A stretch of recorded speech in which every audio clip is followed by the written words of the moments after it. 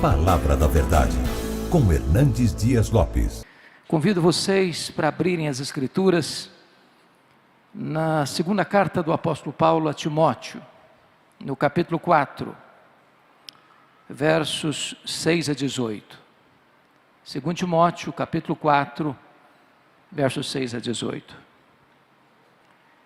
E Paulo escreve ao seu filho Timóteo, que estava em Éfeso, e ao escrever, a partir do verso 6, ele diz: quanto a mim, já estou sendo oferecido por libação, e o tempo da minha partida é chegado. Combati o bom combate, completei a carreira, guardei a fé. Já agora a coroa da justiça me está guardada, a qual o Senhor reto juiz me dará naquele dia. E não apenas a mim, mas a todos quantos amam a sua vinda. Procura vir ter comigo depressa, porque Demas, tendo amado o presente século, me abandonou e se foi para Tessalônica. Crescente foi para a Galácia, Tito para a Dalmácia, somente Lucas está comigo.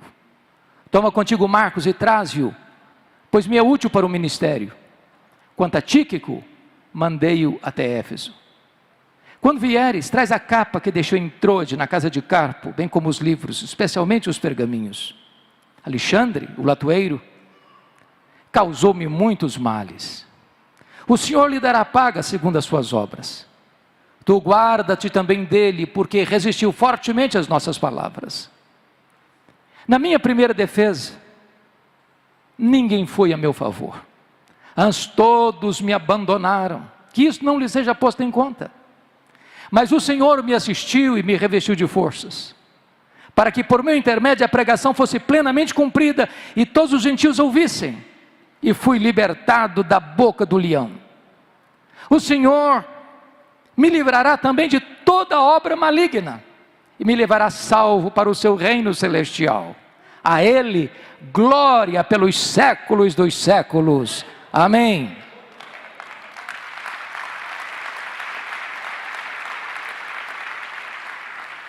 Eu peço licença a vocês para só voltar nesta passagem, já na conclusão da minha fala.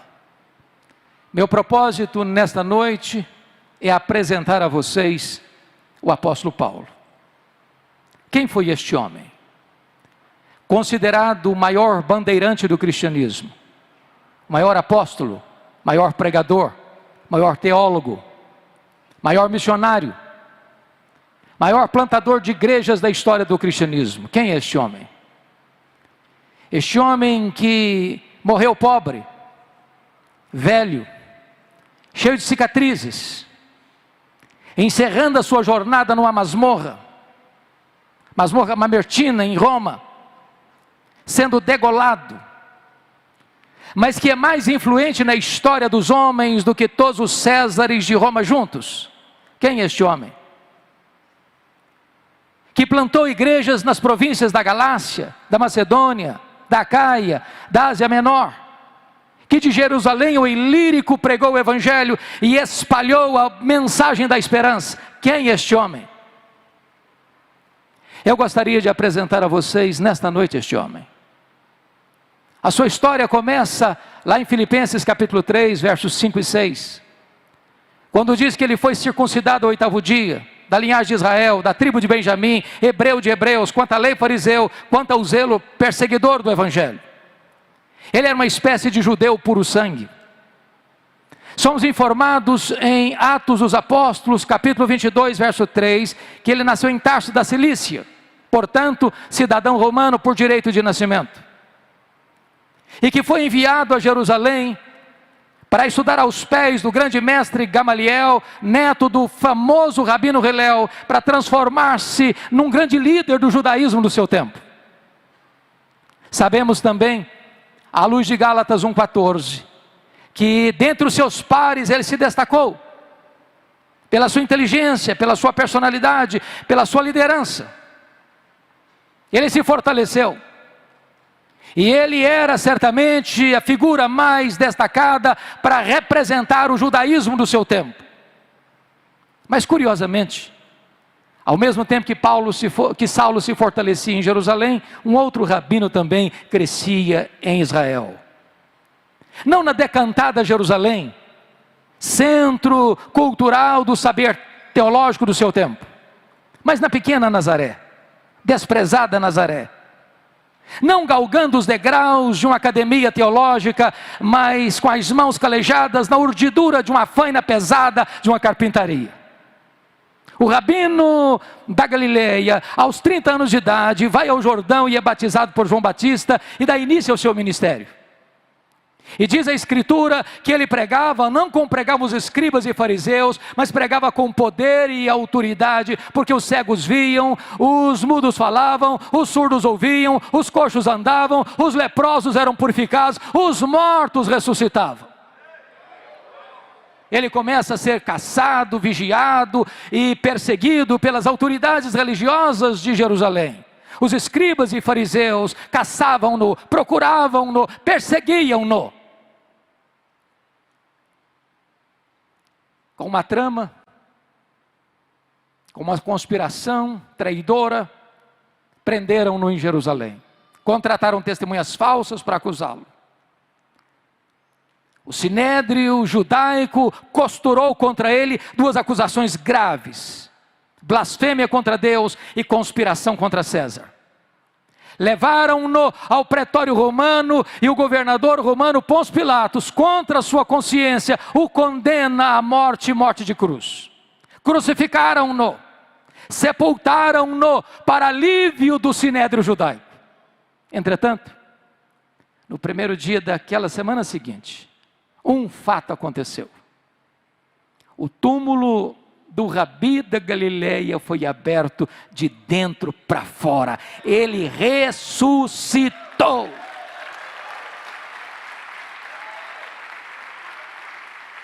Naquele momento, Saulo de Tarso se levanta como o braço de ferro do sinédrio judaico para perseguir de forma implacável e impiedosa a igreja que estava nascendo.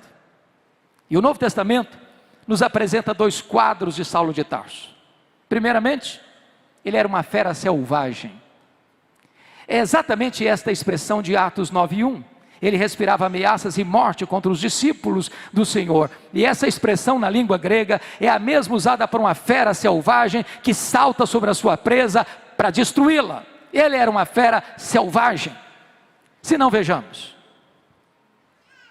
Somos informados em Atos 8:3 que ele assolava a igreja, entrando nas casas e arrastando homens e mulheres para lançá-los na prisão. Ele não respeitava domicílio doméstico. Somos informados ainda em Gálatas capítulo 1, versículo de número 13, que ele não só assolava, mas ele também devastava a igreja. Mas Atos 9:21 diz que ele exterminava os discípulos do Senhor Jesus em Jerusalém. E vocês muito bem sabem que exterminar não é prender, exterminar não é bater, exterminar é matar. Saulo era um assassino, um homem sanguinário. Isso fica ainda mais claro quando você olha para Atos 22:4, quando diz que ele perseguiu o caminho até a morte.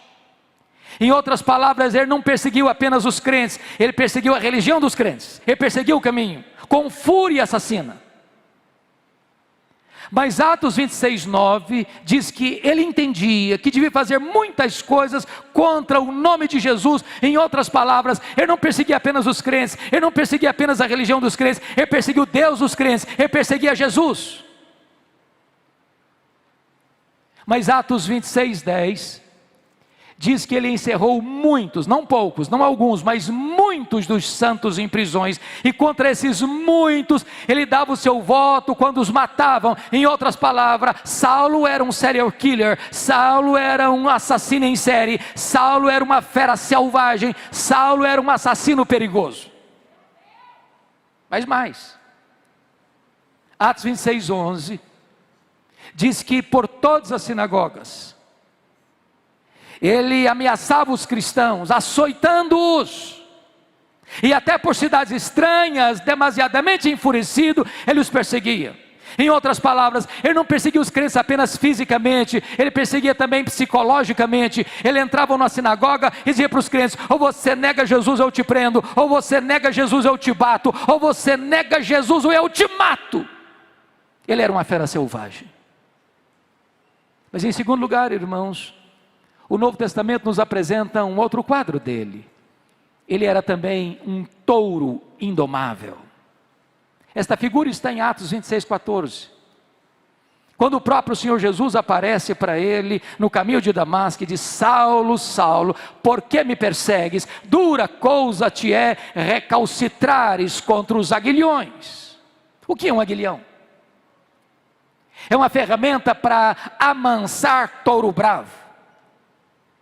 E podem ter certeza, às vezes nós imaginamos que o Espírito Santo só começou a agir na vida de Saulo lá no caminho de Damasco, mas não é assim não. Todas as vezes que Saulo de Tarso entrava numa casa para prender um crente, toda vez que Saulo de Tarso entrava numa sinagoga para bater num crente, toda vez que Saulo matava um crente ou dava autorização para matá-lo, era o Espírito Santo picando a sua consciência, era Deus ferroando esse touro bravo para que ele se amansasse. Mas esse touro bravo não quer ser amansado. Até o dia que o domador de touro bravos, enquanto ele está furiosamente se dirigindo a Damasco, troveja desde os céus e joga esse touro bravo no chão e grita aos seus ouvidos: Saulo, Saulo, por que me persegues? Dura coisa te é recalcitrares contra os aguilhões. O touro bravo está caído, o touro bravo está vencido, o maior perseguidor do cristianismo está convertido. Fecha-se aqui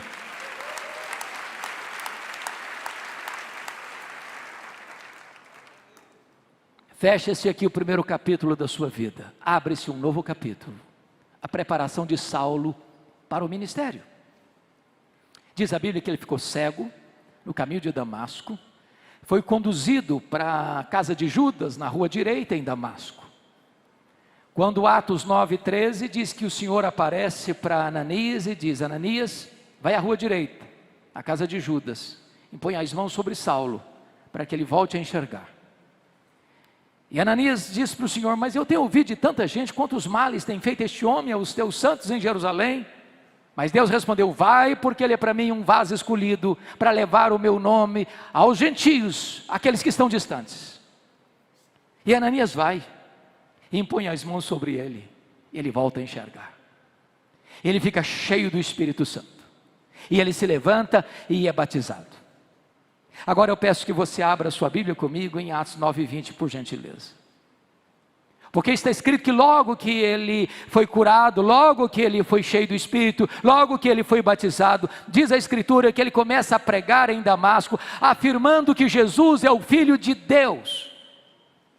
Mas por favor, confira agora Atos 9:22. Diz que Saulo mais e mais se fortalecia, confundindo os judeus, demonstrando que Jesus é o Cristo, que Jesus é o Messias. E eu pergunto a vocês: há alguma diferença entre o que ele fez no verso 20 para o que ele fez no verso 22? No verso 20 ele afirma que Jesus é o Filho de Deus, mas no verso 22 ele demonstra que Jesus é o Messias, que Jesus é o Cristo. Há uma grande diferença. Demonstrar é provar uma tese, detalhada, meticulosa e exaustivamente. A pergunta é: quanto tempo durou entre o que aconteceu no versículo 20 para o que aconteceu no versículo 22? Atos não responde essa pergunta. Mas a resposta está em Gálatas capítulo 1, versos 14 a 18. Logo que Saulo foi convertido em Jerusalém, ele não subiu em Damasco, ele não subiu para Jerusalém, ele foi para a Arábia. E passou lá 3 anos. E a pergunta: o que ele foi fazer na Arábia? Um seminário intensivo com o Senhor Jesus. Se Jesus investiu 3 anos nos apóstolos em Israel, Jesus investe 3 anos em Saulo na Arábia. Na Arábia ele não aprende as doutrinas do cristianismo como aprendeu as doutrinas do judaísmo aos pés de um mestre humano, mas ele recebe por revelação direta do Senhor Jesus Cristo. E certamente ele releu o Antigo Testamento, certamente ele revê a sua teologia, e certamente ele constata que aquele Jesus que ele perseguira, de fato era o Messias, o Filho de Deus. Então diz Gálatas 1,18, que 3 anos depois, convencido dessa verdade, ele retorna para Damasco, e é exatamente aí que se encaixa o verso 22, Saulo mais e mais se fortalecia, confundindo os judeus, demonstrando que Jesus é o Cristo. O que acontece com ele? Os judeus resolvem matá-lo. Ele precisa sair fugido, de noite, desde um cesto, muralha abaixo. Para onde ele vai agora? Diz Atos 9,26, que agora então ele sobe para Jerusalém. Mas preste atenção, irmãos, eu quero levantar uma tese aqui, e eu preciso muito da sua atenção. Que tese? A tese é a seguinte: imaginamos nós que Saulo, logo depois da sua conversão, já foi poderosamente usado por Deus. Isso não é um fato, isso não é um fato. Quando Saulo sobe para Jerusalém, ele está governado por aquilo que nós chamamos hoje de velha aliança. O que era a velha aliança? Quando Moisés desce do Sinai com as tábuas da lei, o povo disse para ele: tudo o que o Senhor falou, nós faremos. Eu pergunto, fizeram? A resposta é não. Por que não? Faltava-lhes sinceridade? Muito mais, faltava-lhes poder. Na velha aliança tudo depende de nós, nada depende de Deus. Mas na nova aliança tudo depende de Deus e nada depende de nós. A doutrina da nova aliança foi ensinada pelo próprio apóstolo Paulo, na sua segunda carta aos Coríntios, a partir do capítulo 2, verso 14. Graças, porém, a Deus, que em Cristo sempre nos conduz em triunfo, e por meio de nós manifesta a fragrância do seu conhecimento, tanto nos que são salvos como nos que se perdem. Para uns cheiro de morte para a morte, para outros aroma de vida para a vida. Mas quem, porém, é suficiente para essas coisas? A pergunta fica no ar no capítulo 2, verso 16, de 2 aos Coríntios, sem resposta. E a resposta só chega no capítulo 3, versos 4 a 6, quando Paulo diz: a nossa suficiência vem de Deus. Então eu quero lhes dizer que quando Saulo sobe para Jerusalém, ele sobe ainda regido pela velha aliança. E eu quero lhes dizer por quê. Primeiro, porque ele sobe pensando que ele vai ser o grande líder da igreja em Jerusalém. E ele tem motivos para pensar assim. Primeiro, porque todos os apóstolos de Jesus, exceto Judas Iscariotes, eram galileus. E lá na Judéia, os galileus, lá do norte, eram tidos como gente de segunda classe, eram desprezados. E Saulo pensou: esses homens galileus aqui em Jerusalém não vão conseguir nada, aqui precisa de um líder, e eu tenho o melhor perfil, eu tenho o melhor currículo, eu sou o cara, eu vou ocupar esse espaço. Mas em segundo lugar, ele tinha uma outra razão. Todos os apóstolos de Jesus eram homens iletrados, e Jerusalém era a capital intelectual da teologia. Lá estava o Sinédrio, lá estavam os escribas, lá estavam os fariseus, lá estavam os saduceus, lá estava a elite religiosa de Israel. E Saulo pensou: esses homens, além de galileus, incultos, não vão conseguir nada aqui. Mas quando ele chega na cidade de Jerusalém, diz Atos 9:26, que não alguns, não a maioria, mas todos os discípulos não acreditaram na conversão dele. Pensaram que ele estava sabotando a fé cristã e que ele estava conspirando contra o cristianismo, e bater a porta da igreja na cara dele. Para quem queria ser líder, nem recebido foi. Deus dá o primeiro golpe no orgulho dele. Mas diz Atos 9:27, que Barnabé o acolhe, que Barnabé o recebe, que Barnabé o apresenta aos apóstolos, e agora ele é acolhido na igreja, e agora ele tem livre trânsito na igreja, e agora ele prega com ousadia, e agora ele discute com os helenistas, e os helenistas resolvem matá-lo. Então diz Atos 9:30, que os discípulos se reúnem, os membros da igreja se reúnem e dizem assim para ele: ô Saulo, você tem que ir embora da nossa igreja, você não pode ser o pastor da nossa igreja, você tem que ir embora. Ô irmãos, é muito complicado quando um pastor acha que deve ficar na igreja e os membros da igreja todos estão convencidos que o pastor deve sair da igreja. Sabe o que aconteceu com ele? Ele não foi embora. Mas diz Atos 22, versos 17 a 19, aliás 17 a 21, que não foram apenas os membros da igreja que queriam que ele fosse embora, não. O próprio Deus apareceu para ele. e diz para ele: vai embora de Jerusalém, que eles não vão te ouvir. Ora, irmão, ser mandado embora de uma igreja pela liderança da igreja, ou pelos membros da igreja, é uma coisa, mas ser mandado embora da igreja pelo próprio Deus, parece que não resta mais opção. Sabe o que aconteceu com ele? Ele não foi embora. Ao contrário, no versículo 18, 19, ele começa a argumentar com Deus, ele começa a dizer para Deus: ó Deus, eu persegui a igreja aqui, eu até era testemunho quando Estevão foi apedrejado, eu guardei as vestes daqueles que o apedrejaram. Sabe o que ele está dizendo para Deus? Deus, o senhor pensa melhor, o senhor pensa direito, o senhor não pode cometer esse erro estratégico. Eu sou um cara insubstituível aqui. Se eu for embora dessa igreja, essa igreja não prospera. Essa igreja precisa de mim, eu tenho o melhor currículo, eu tenho o melhor preparo, eu tenho a melhor performance para liderar a igreja aqui em Jerusalém. Sabe o que aconteceu? Deus não mudou, foi Saulo quem teve que mudar e mudar-se, porque Deus diz: vai! Sabe o que aconteceu com ele? Ele não foi. Volte os olhos comigo para Atos 9:30. Diz Atos 9:30 que os discípulos se reuniram e levaram Saulo de Jerusalém para Cesareia. Preste atenção, ele não foi, ele foi levado, ele não saiu, saíram com ele. Ele saiu de Jerusalém como Ló saiu de Sodoma, a reboque. Mas o levaram para onde depois? Para Tarso. Onde era Tarso? A cidade que ele nasceu. Sabe o que Deus está dizendo para esse cara que se acha insubstituível? Meu filho, se você pensa que eu preciso de você, você está muito enganado, é você que precisa de mim, então faça-me o favor, arrume as malas e volte para casa. Sabe o que Deus está fazendo? Deus está trabalhando nele, para depois trabalhar através dele, porque Deus está mais interessado em quem você é, do que no que você faz.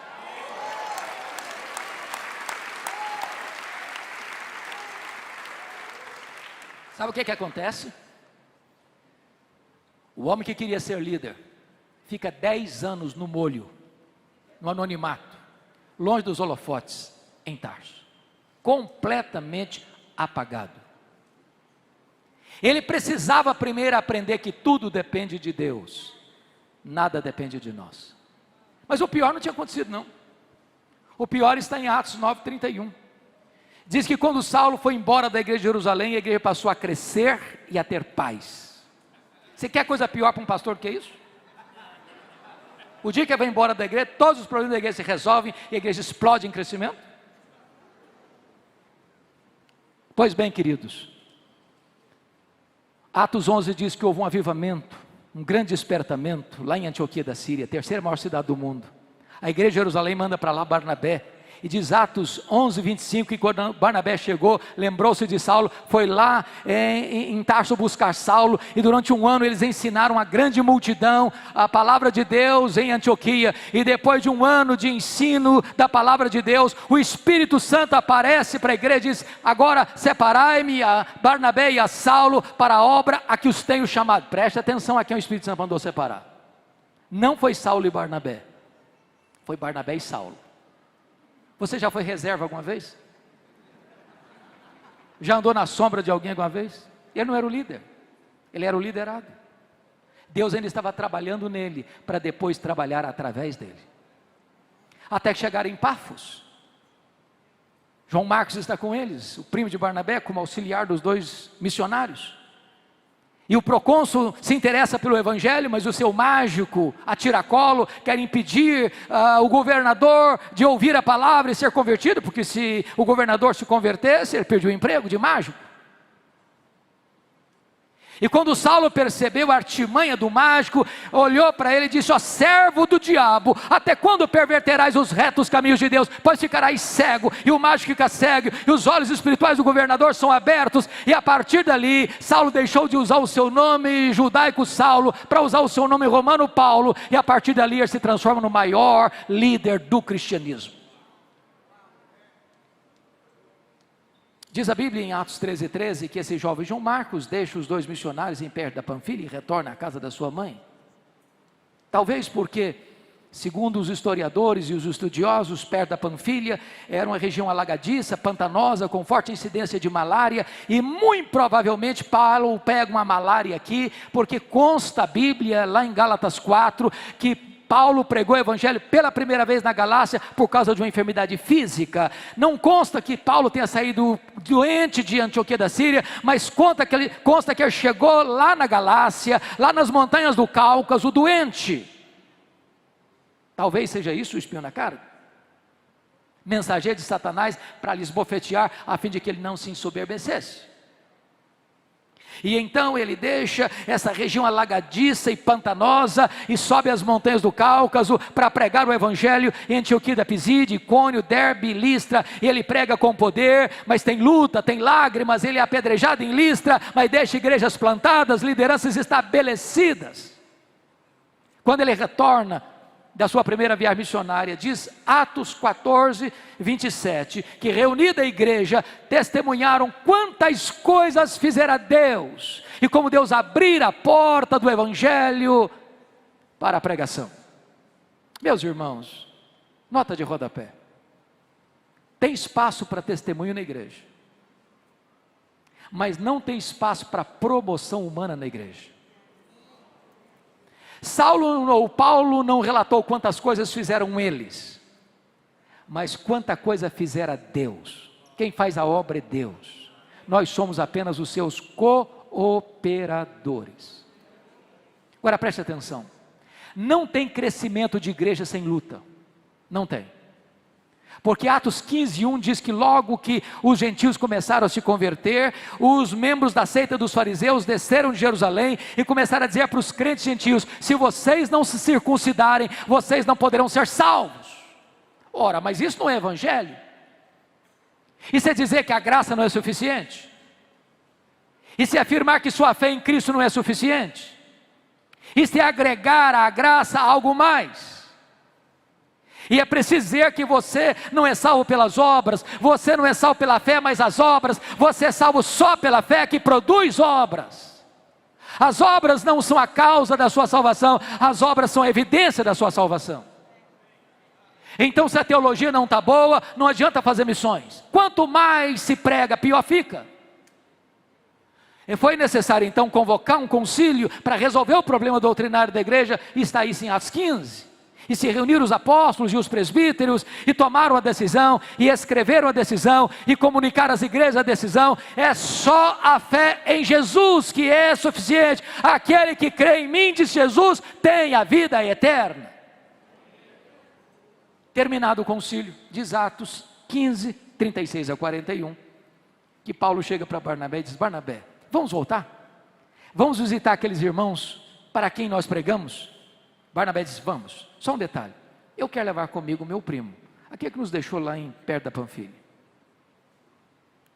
Paulo respondeu: eu não acho justo levarmos aquele que nos abandonou desde perto da Panfilha.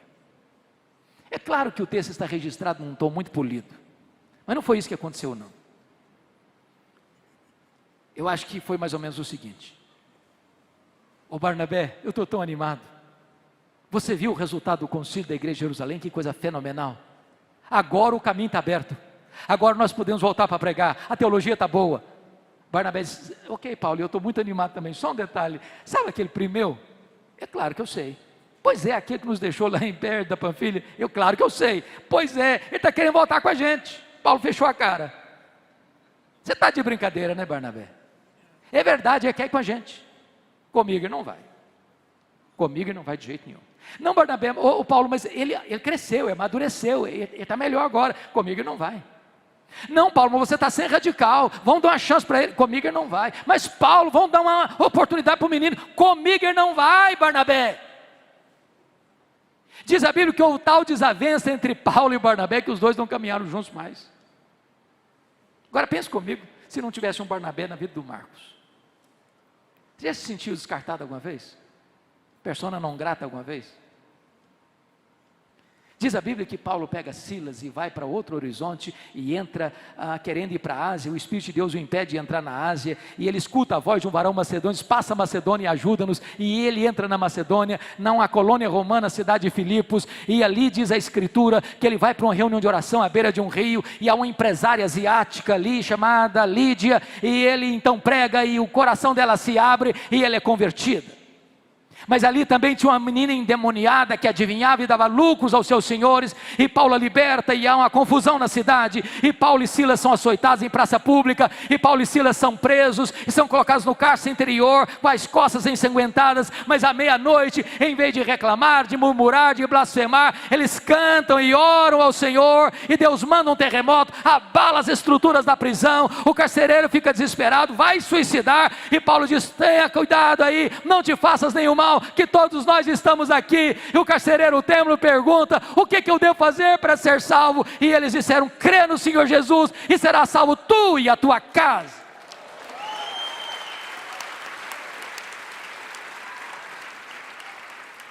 Eles deixam a igreja organizada em Filipos, e eles vão para a capital da Macedônia, a cidade de Tessalônica, e deixam a igreja plantada, e ali tem tumulto, e eles são escorraçados na cidade, e eles vão para Bereia, e deixam a igreja modelo, e eles são expulsos dali, e ele precisa fugir para Atenas às pressas, e ele chega na capital intelectual do mundo, e prega a palavra de Deus, e ele sai de Atenas e vai para Corinto, onde fica 18 meses, e planta uma igreja. De Corinto, ele escreve as suas 2 cartas aos Tessalonicenses, porque já tinha escrito a primeira carta, a carta aos Gálatas. Depois de 18 meses, ele vai para Éfeso, na terceira viagem, passa 3 anos, experimenta um grande avivamento. Irmãos, quando eu leio Atos 19, o meu coração pulsa, e pulsa muito. Sabe por quê? Éfeso era uma capital de uma província, uma metrópole. Tinha 300 mil habitantes na época. Hospedava uma das 7 maravilhas do mundo antigo, o templo da grande deusa Diana. 4 vezes maior do que o Partenon de Atenas. A cidade era idólatra. A cidade era marcada por ocultismo. E Paulo chega ali, em 3 anos, sem os meios de comunicação que nós temos, de rádio, televisão, jornais, bíblias impressas, mídias sociais. E em 3 anos, a idolatria recua. A feitiçaria entra em colapso, a palavra de Deus prospera, igrejas são plantadas em toda a província: Esmirna, Pérgamo, Sardes, Filadélfia, Tiatira, Laodiceia, Colossos, Hierápolis. E agora ele está saindo de Éfeso, de onde escreve as suas 2 cartas aos Coríntios, porque ele tinha feito um compromisso de ir para os gentios, mas não se esquecer dos pobres, e por causa de uma grande fome na época do imperador Cláudio, ele está levantando uma coleta para os pobres da Judéia, e está agora se dirigindo a Jerusalém para entregar essa oferta aos pobres da Judéia, quando ele para em Mileto para se reunir com os presbíteros de Éfeso, e Atos 20, versículo 24, ele diz: eu quero que vocês entendam uma coisa, em nada considero a vida preciosa para mim mesmo, conquanto que eu complete a minha carreira e o ministério que eu recebi do Senhor Jesus para testemunhar o evangelho da graça de Deus. E quando ele chega em Jerusalém, como ele mesmo havia pensado, e o Espírito Santo a ele revelado, que esperava a ele cadeias e tribulações, quando ele embarca e chega em Cesareia Marítima, o profeta Ágabo o prende com um cinto e diz: é isso que eles vão fazer com você em Jerusalém? Ele diz: eu estou pronto não só a ser preso, eu estou pronto a morrer por Jesus em Jerusalém. Quando ele chega em Jerusalém, de fato ele é preso. 40 judeus entram em anátema, um voto de anátema: não vamos comer, não vamos beber, enquanto nós não matarmos Paulo. A notícia vaza, chega ao sobrinho de Paulo, é comunicado ao comandante, ele é trasladado naquela noite, sob forte escolta militar, de Jerusalém para Cesareia Marítima, onde estava o quartel-general de Roma em Israel, e fica 2 anos ele preso, sob a égide dos imperadores Félix e Festo. Porque eles estavam prontos, porque o Sinédrio estava cooptando o governador, para que o governador entregasse Paulo para o Sinédrio, e eles planejavam matá-lo na estrada. Paulo, entendendo isso, disse: eu sou cidadão romano, e eu quero ser julgado diante César em Roma. O governador disse: para Roma você quer ir, para Roma você irá. Agora o que você espera? Quando ele escreveu a sua carta aos romanos, indo para Jerusalém, ele disse do seu desejo de ir a Roma, como missionário, para fortalecer aqueles irmãos e ser enviado à Espanha. Quando ele estava preso em Jerusalém, Atos 23:11, diz que o próprio Deus apareceu para ele na fortaleza de Antônio e disse: coragem, Paulo, assim como você deu testemunho em Jerusalém, eu quero que você dê testemunho também em Roma. Então ele queria ir para Roma, Deus o queria em Roma. O que você esperaria era uma viagem tranquila para Roma, mas não foi assim. Ele embarcou, e enfrenta um naufrágio. O trigo precisa ser jogado fora. A carga do navio se perde. Há um pânico dentro daquele navio. 276 pessoas.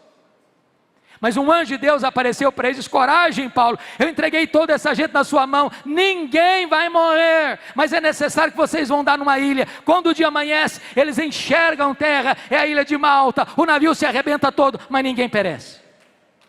Quando ele chega na ilha, todos molhados, transidos de frio, diz a escritura que os malteses, que eram bárbaros, não falavam o grego, montaram uma grande fogueira para aquecê-los, e a única pessoa que quis manter a fogueira acesa foi Paulo. Ele foi catar alguns gravetos para jogar no fogo. Quando ele joga os gravetos no fogo, uma vibra brota das lenhas secas e pega na mão dele, prende na mão dele, e os bárbaros gritaram: é um assassino, tendo se livrado do mar, a justiça não deixa viver, vai cair, vai inchar, vai morrer, não caiu, não inchou, não morreu, mudaram de opinião, é um Deus. Não, agora não é nem um assassino, nem um Deus, agora é o servo do Deus vivo.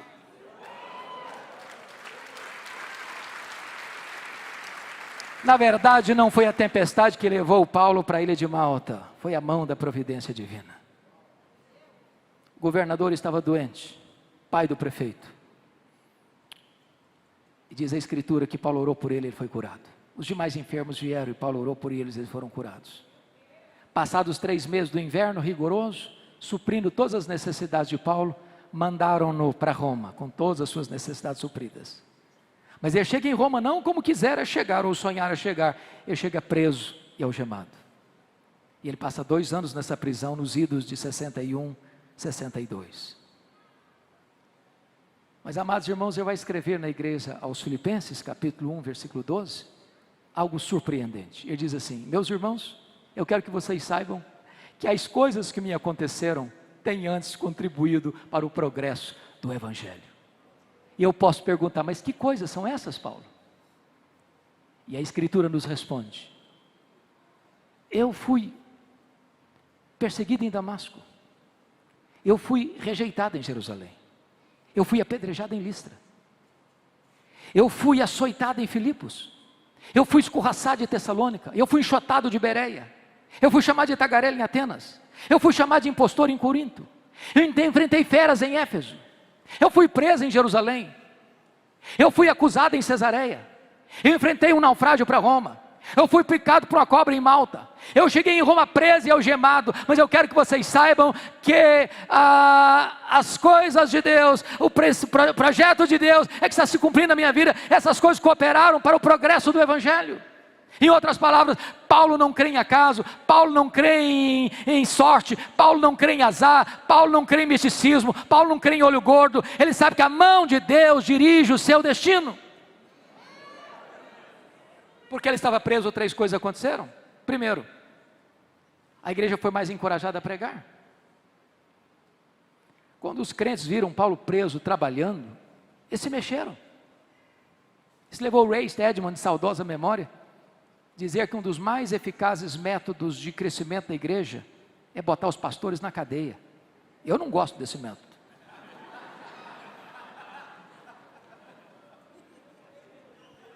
Porque Paulo estava preso, diz ele, toda a guarda pretoriana tomou conhecimento das minhas cadeias em Cristo. Em outras palavras, o que era a guarda pretoriana? Era a guarda de elite do imperador.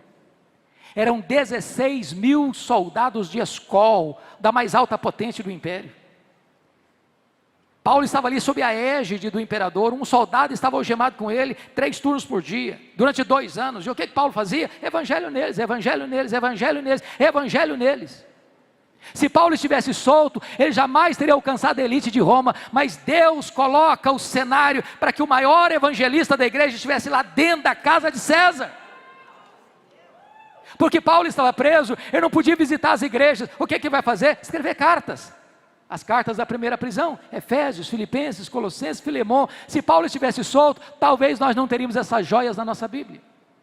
Irmão, quando você pensa que a sua vida está de ponta cabeça, quando você pensa que os seus projetos foram frustrados, a mão de Deus está escrevendo o capítulo mais emocionante da sua história. Deus é soberano, Ele nunca perdeu o controle.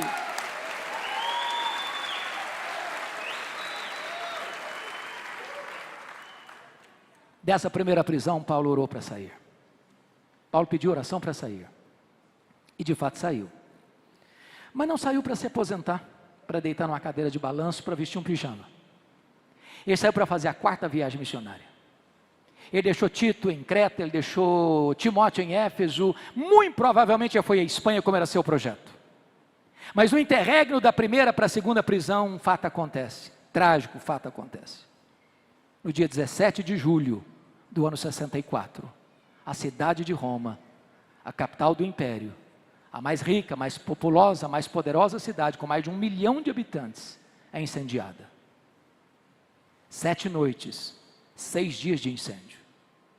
E Nero, o imperador, o verdadeiro incendiário, assiste o espetáculo macabro do alto da torre de Mecenas, vestido de ator, tangendo a sua lira. Quando o incêndio acabou, dos 14 bairros de Roma, 10 deles devastados pelas chamas, um fato acontece muito curiosamente. Os 4 bairros que não foram atingidos pelas chamas eram densamente povoados por judeus e cristãos. Isso deu a Nero um álibi para botar a culpa do incêndio de Roma nos cristãos. Faltou madeira para fazer cruz, tamanha quantidade de crentes crucificados. Quando não tinha mais madeira, os crentes eram cobertos de piche, amarrados nos postes e queimados vivos para iluminar as noites de Roma. A essas alturas, Paulo é o grande líder do Ocidente, e ele é procurado, e ele é caçado, até que botam a mão nele, talvez em Troade, na casa de Carpo. Não deu sequer para pegar sua capa, seus livros, seus pergaminhos. E agora ele é jogado na masmorra Mamertina, um lugar úmido, frio, insalubre, nauseabundo, de onde as pessoas saíam leprosas ou para o martírio. Pois foi desta masmorra que ele escreve a sua última carta. Porque as 2 cartas, 1 Timóteo e Tito, ele escreveu no interregno da primeira para a segunda prisão. E agora eu peço que você abra sua Bíblia no texto que eu li no começo, para nós encerrarmos.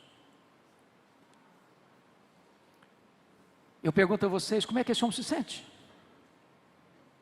Depois de ter sido o grande bandeirante do cristianismo, encerrando a sua biografia numa masmorra. Acusado. Ele não está preso como um apóstolo, ele está preso como um bandido. É o que ele diz no capítulo 2, verso 9. Acusado de malfeitor. Ele está preso e todos os da Ásia o abandonaram. Ele está preso e até Timóteo está com vergonha dele. Ele está preso e na primeira audiência de sua defesa, ninguém foi a seu favor, antes todos o abandonaram.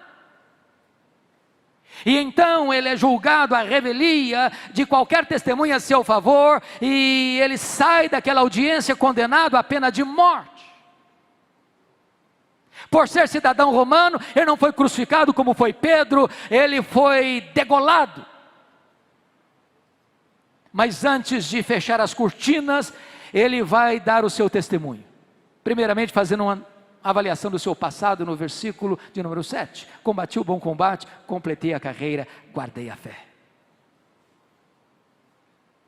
Ele vai fazer uma avaliação do seu presente no versículo 6. Quanto a mim, já estou sendo oferecido por libação e o tempo da minha partida é chegado. Ele vai fazer uma avaliação do seu futuro no versículo 8. Já agora a coroa da justiça me está guardada, a qual o Senhor reto juiz me dará naquele dia, e não apenas a mim, mas a todos quantos amam a sua vinda. Esse homem está no corredor da morte, mas esse homem tem segurança, esse homem tem serenidade, esse homem tem convicções inabaláveis. Agora preste atenção nisso. Ele não é um super-homem. Ele é um homem que tem sentimentos, que enfrenta dramas. E ele vai repartir conosco esses dramas. Primeiramente o drama da solidão, no versículo 9. Procura vir ter comigo depressa.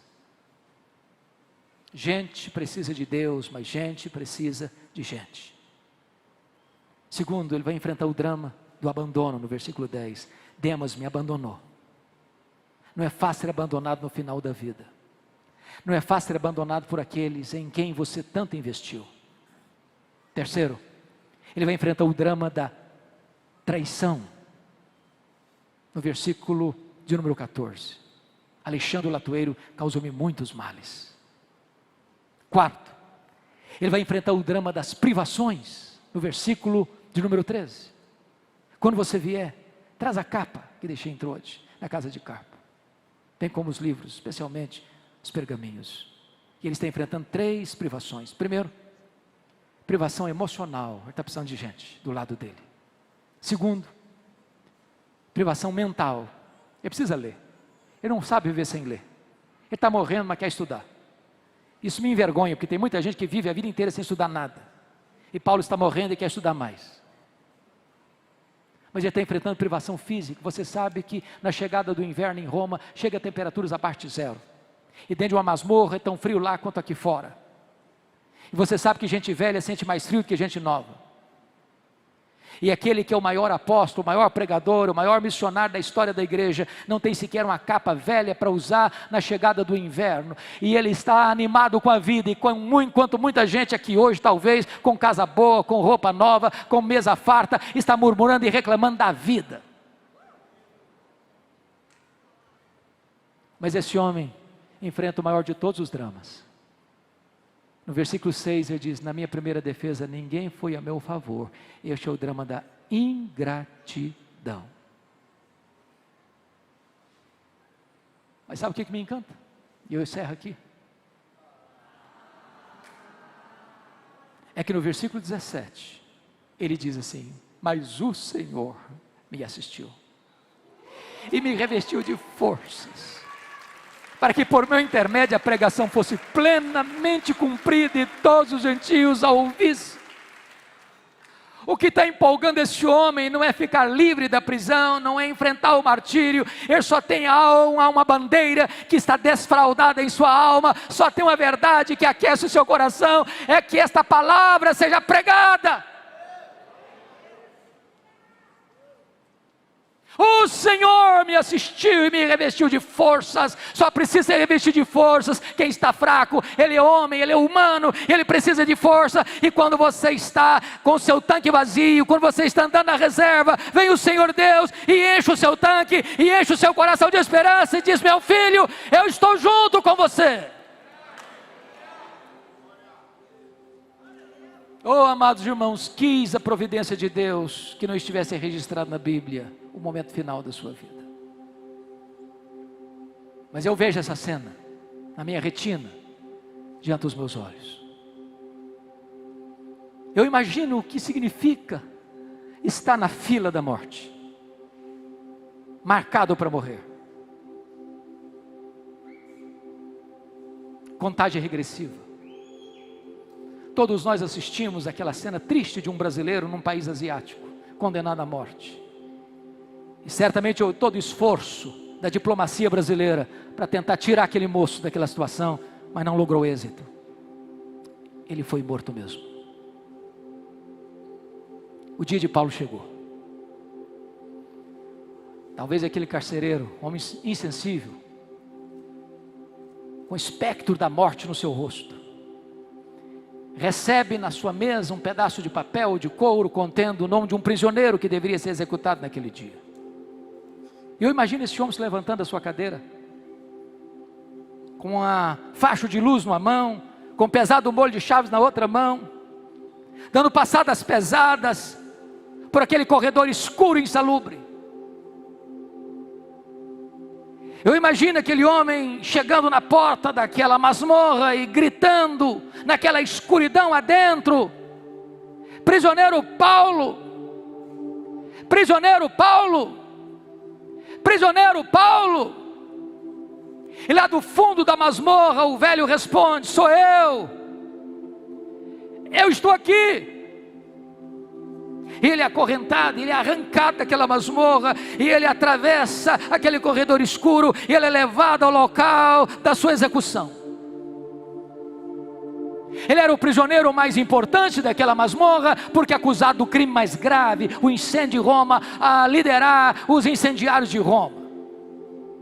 Muito provavelmente o executor perguntou: você quer dizer algumas palavras antes de morrer?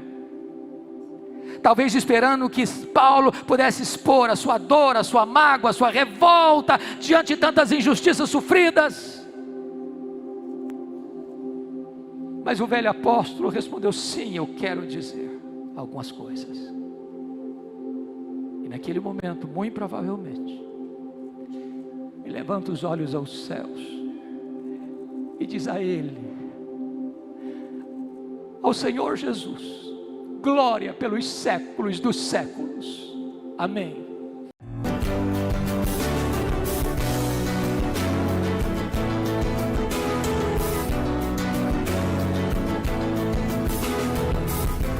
Palavra da Verdade, com Hernandes Dias Lopes.